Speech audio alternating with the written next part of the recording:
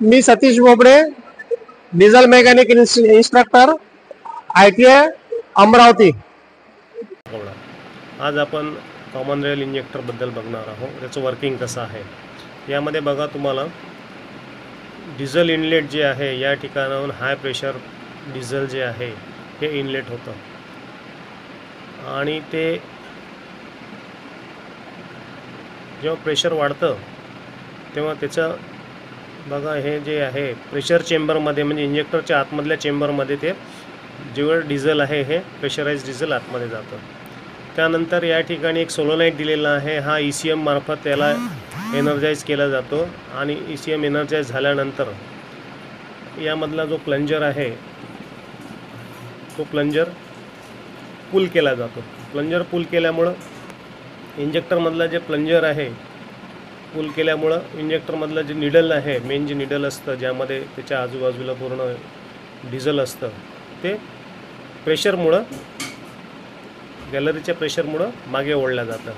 मागे ओढल्यामुळे काय होतं की जे इंजेक्टरचा जो होल्स आहे, इंजेक्टर पिंटल जे मेन पॉईंटला होल असतात त्यामधनं इंजेक्टर जे आहे ओढल्यामुळं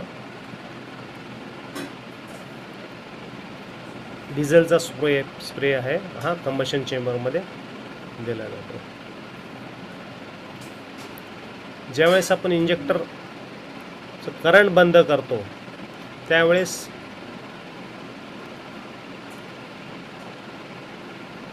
जो बॉल्स आहे, रोलर बॉल आहे, हा आपल्या पोझिशनला स्टेबल होतो आणि इंजेक्टरची जी निडल आहे ही होल, जो इंजेक्टरचे होल आहे याला क्लोज करतात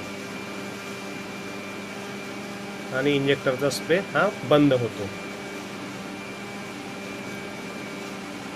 यामध्ये एक जे काही डिझेल एक्सेस प्रेशर असेल किंवा काही असेल तर ते तुम्हाला यामार्फत बाहेर निघतं. आता यामध्ये कशा प्रकारचे प्रॉब्लेम्स येतात, कॉमन काय फेल्युअर असतात हे यामध्ये दाखवलेले आहे.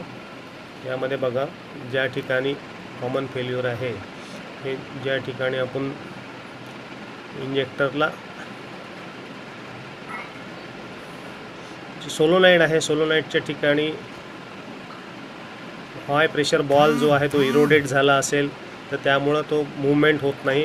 अशा वेळेस इंजेक्टर वर्क नाही करणार किंवा निडल मागे पुढे होणार नाही, हा एक प्रॉब्लेम्स असतो.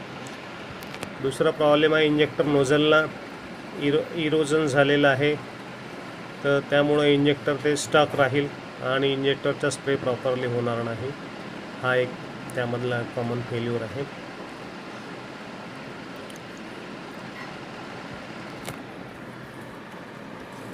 तिसरा जो प्रॉब्लेम आहे जो आपण इलेक्ट्रिकल सोलोनाईट जो दिलेला आहे, या सोलोनाईटमध्ये जर शॉर्ट सर्किट वाइंडिंगमध्ये काही प्रॉब्लेम्स आला असेल तर तो बॉल्स आहे, पुश रॉड जो असतो तो एनर्जाइज होणार नाही आणि तो मागे पुढे होणार नाही.